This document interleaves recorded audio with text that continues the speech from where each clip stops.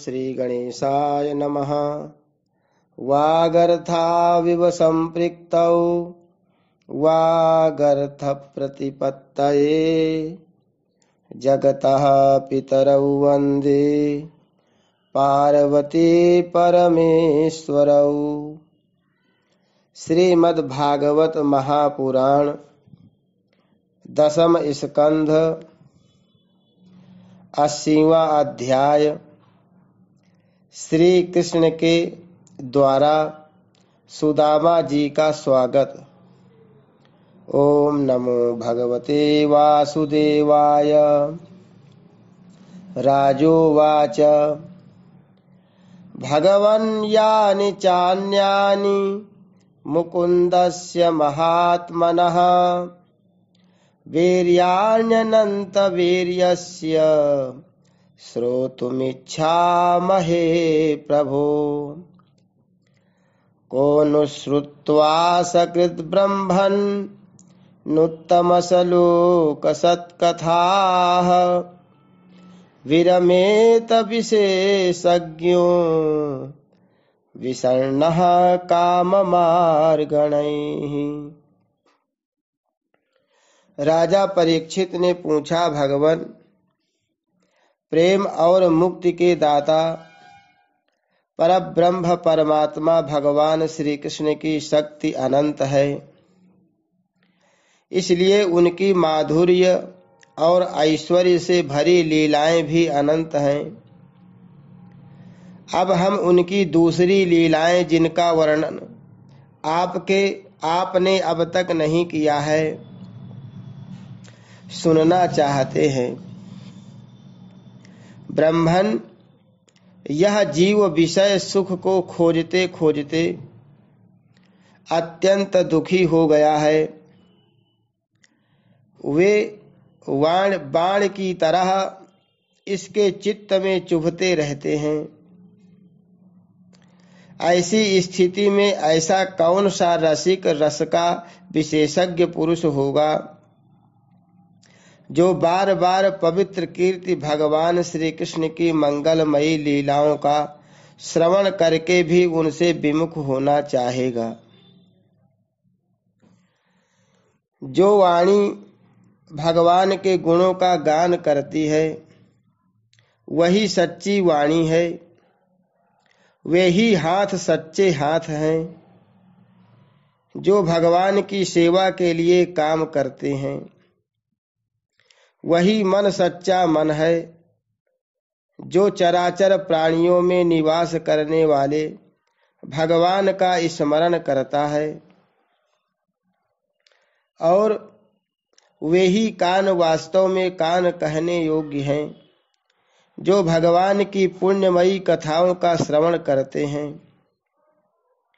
वही सिर है जो चराचर जगत को भगवान की चल अचल प्रतिमा समझकर नमस्कार करता है और जो सर्वत्र भगवत विग्रह का दर्शन करते हैं वे ही नेत्र वास्तव में नेत्र हैं।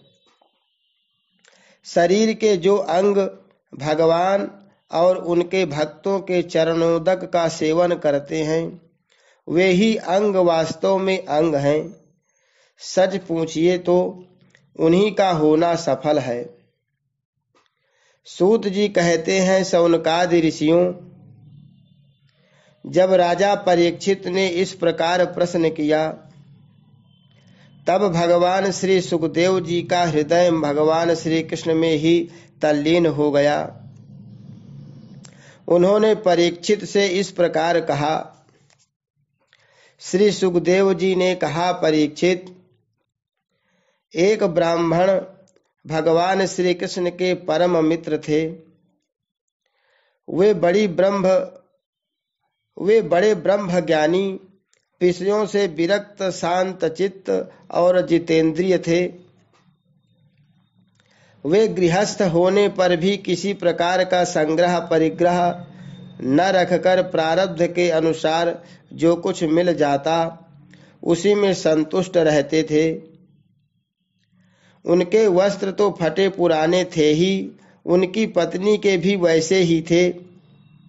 वह भी अपने पति के समान ही भूख से दुबली हो रही थी। एक दिन दरिद्रता की प्रतिमूर्ति दुखिनी पतिव्रता भूख के मारे कांपती हुई अपने पतिदेव के पास गई और मुरझाए हुए मुंह से बोली, भगवान, साक्षात लक्ष्मीपति भगवान श्री कृष्ण आपके सखा हैं। वे भक्त वांछा कल्पतरु, शरणागत वत्सल और ब्राह्मणों के परम भक्त हैं। परम भाग्यवान आर्यपुत्र, वे साधु संतों के सत्पुरुषों के एकमात्र आश्रय हैं। आप उनके पास जाइए। जब वे जानेंगे कि आप कुटुंबी हैं और अन्न के बिना दुखी हो रहे हैं, तो वे आपको बहुत सा धन देंगे। आजकल वे भोज, वृष्णि और अंधक वंशी यादवों के स्वामी के रूप में द्वारका में ही निवास कर रहे हैं और इतने उदार हैं कि जो उनके चरण कमलों का स्मरण करते हैं, उन प्रेमी भक्तों को वे अपने आप तक का दान कर डालते हैं। ऐसी स्थिति में जगत गुरु भगवान श्री कृष्ण अपने भक्तों को यदि धन और विषय सुख जो अत्यंत वांछनीय नहीं है दे दें, तो इसमें आश्चर्य की कौन सी बात है। इस प्रकार जब उन ब्राह्मण देवता की पत्नी ने अपने पतिदेव से कई बार बड़ी नम्रता से प्रार्थना की, तब उन्होंने सोचा कि धन की तो कोई बात नहीं है, परंतु भगवान श्री कृष्ण का दर्शन हो जाएगा, यह तो जीवन का बहुत बड़ा लाभ है। यही विचार करके उन्होंने जाने का निश्चय किया और अपनी पत्नी से बोले, कल्याणी, घर में कुछ भेंट देने योग्य वस्तु भी है क्या? यदि हो तो दे दो। तब उस ब्राह्मणी ने पास पड़ोस के ब्राह्मणों के घर से 4 मुट्ठी चिवड़े मांगकर एक कपड़े में बांध दिए और भगवान को भेंट देने के लिए अपने पति देव को दे दिए। इसके बाद वे ब्राह्मण देवता उन चिवड़ों को लेकर द्वारका के लिए चल पड़े। वे मार्ग में यह सोचते जाते थे कि मुझे भगवान श्री कृष्ण के दर्शन कैसे प्राप्त होंगे। परीक्षित, द्वारका में पहुंचने पर वे ब्राह्मण देवता दूसरे ब्राह्मणों के साथ सैनिकों की 3 छावनियां और 3 ड्योढ़ियां पार करके भगवत धर्म का पालन करने वाले अंधक और वृष्णिवंशी यादवों के महलों में जहां पहुंचना अत्यंत कठिन है, जा पहुंचे। उनके बीच भगवान श्री कृष्ण की 16,000 रानियों के महल थे। उनमें से एक में उन ब्राह्मण देवता ने प्रवेश किया। वह महल बहुत सजा सजाया अत्यंत शोभा युक्त था। उसमें प्रवेश करते समय उन्हें ऐसा मालूम हुआ मानो वे ब्रह्मानंद के समुद्र में डूब उतरा रहे हों। उस समय भगवान श्री कृष्ण अपनी प्राण प्रिय रुक्मिणी जी के पलंग पर विराजे हुए थे। ब्राह्मण देवता को दूर से ही देखकर वे सहसा उठ खड़े हुए और उनके पास आकर बड़े आनंद से उन्हें अपने भुज पास में बांध लिया। परीक्षित, परमानंद स्वरूप भगवान अपने प्यारे सखा ब्राह्मण देवता के अंग स्पर्श से अत्यंत आनंदित हुए। उनके कमल के समान कोमल नेत्रों से प्रेम के आंसू बरसने लगे। परीक्षित, कुछ समय के बाद भगवान श्री कृष्ण ने उन्हें ले जाकर अपने पलंग पर बैठा दिया और स्वयं पूजन की सामग्री लाकर उनकी पूजा की। प्रिय परीक्षित, भगवान श्री कृष्ण सभी को पवित्र करने वाले हैं, फिर भी उन्होंने अपने हाथों ब्राह्मण देवता के पांव पखारकर उनका चरणोदक अपने सिर पर धारण किया और उनके शरीर में चंदन, अर्गजा, केसर आदि दिव्य गंधों का लेपन किया। फिर उन्होंने बड़े आनंद से सुगंधित धूप और दीपावली से अपने मित्र की आरती उतारी। इस प्रकार पूजा करके पान एवं गाय देकर मधुर वचनों से भले पधारे ऐसा कहकर उनका स्वागत किया। ब्राह्मण देवता फटे पुराने वस्त्र पहने हुए थे। शरीर अत्यंत मलिन और दुर्बल था। देह की सारी नसें दिखाई पड़ती थीं। स्वयं भगवती रुक्मिणी जी चंवर डुलाकर उनकी सेवा करने लगीं। अंतःपुर की स्त्रियां यह देखकर अत्यंत विस्मित हो गईं कि पवित्र कीर्ति भगवान श्री कृष्ण अतिशय प्रेम से इस मैले कुचैले अवधूत ब्राह्मण की पूजा कर रहे हैं। वे आपस में कहने लगीं, इस नंग धड़ंग निर्धन, निंदनीय और निकृष्ट भिखमंगे ने ऐसा कौन सा पुण्य किया है जिससे त्रिलोकी गुरु श्रीनिवास श्री कृष्ण स्वयं इसका आदर सत्कार कर रहे हैं। देखो तो सही, इन्होंने अपने पलंग पर सेवा करती हुई स्वयं लक्ष्मी रूपिणी रुक्मिणी जी को छोड़कर इस ब्राह्मण को अपने बड़े भाई बलराम जी के समान हृदय से लगाया है। प्रिय परीक्षित, भगवान श्री कृष्ण और वे ब्राह्मण दोनों एक दूसरे का हाथ पकड़कर अपने पूर्व जीवन की उन आनंददायक घटनाओं का स्मरण और वर्णन करने लगे जो गुरुकुल में रहते समय घटित हुई थी। भगवान श्री कृष्ण ने कहा, धर्म के मर्मज्ञ ब्राह्मण देव, गुरु दक्षिणा देकर जब आप गुरुकुल से लौट आए तब आपने अपने अनुरूप स्त्री से विवाह किया या नहीं? मैं जानता हूं कि आपका चित्त गृहस्थी में रहने पर भी प्रायः विषय भोगों में आसक्त नहीं है। विद्वान, यह भी मुझे मालूम है कि धन आदि में भी आपकी कोई प्रीति नहीं है। जगत में बिरले ही लोग ऐसे होते हैं जो भगवान की माया से निर्मित विषय संबंधी वासनाओं का त्याग कर देते हैं और चित्त में विषयों की तनिक भी वासना न रहने पर भी मेरे समान केवल लोक शिक्षा के लिए कर्म करते रहते हैं।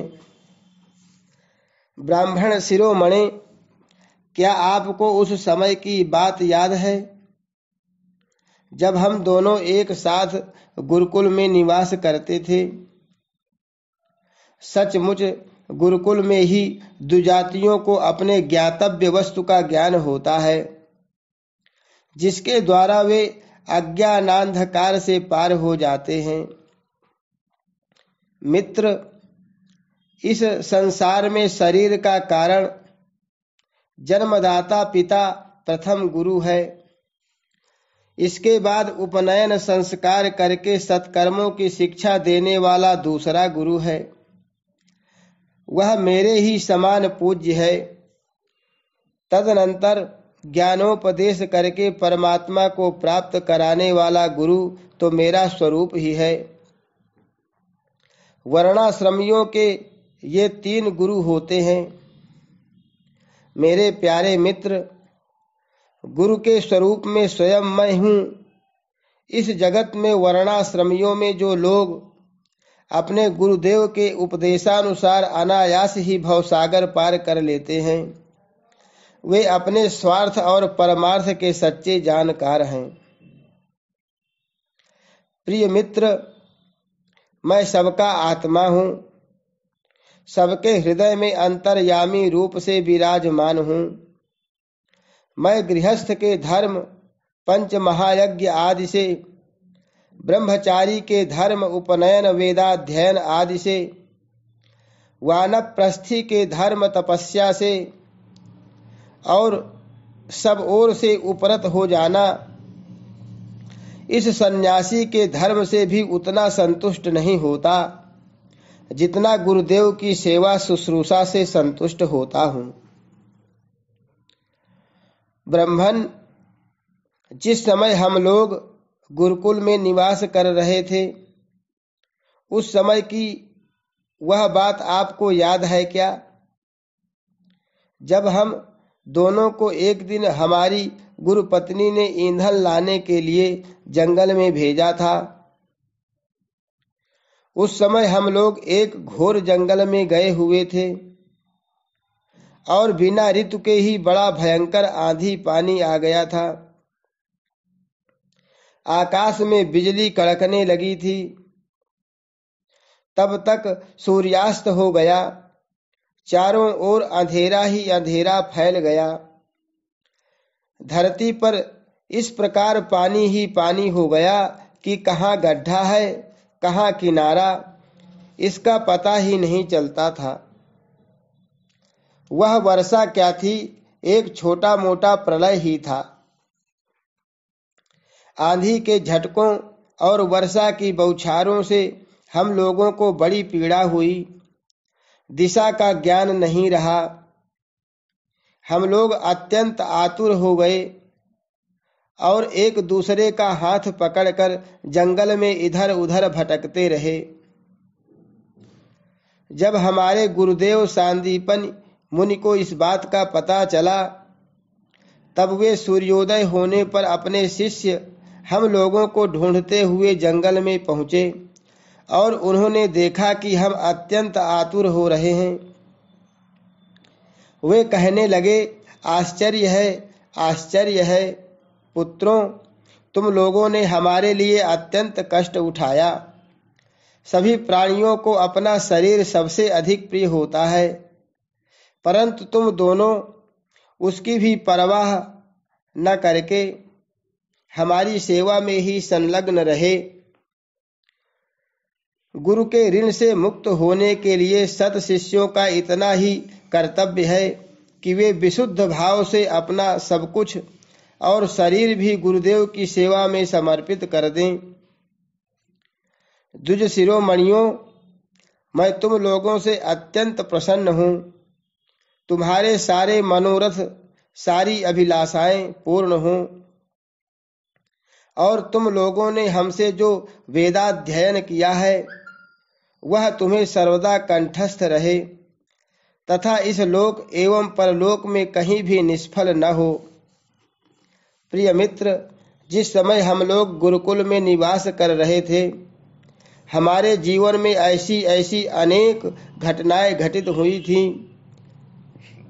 इसमें संदेह नहीं कि गुरुदेव की कृपा से ही मनुष्य शांति का अधिकारी होता और पूर्णता को प्राप्त करता है।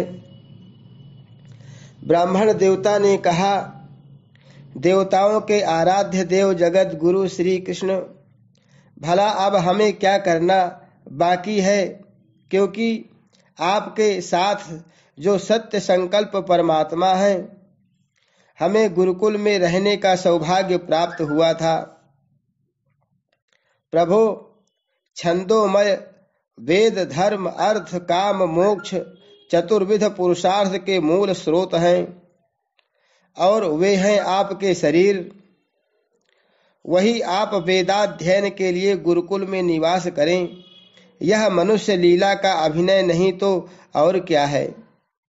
हरि शरणम। श्री कृष्णार्पणमस्तु।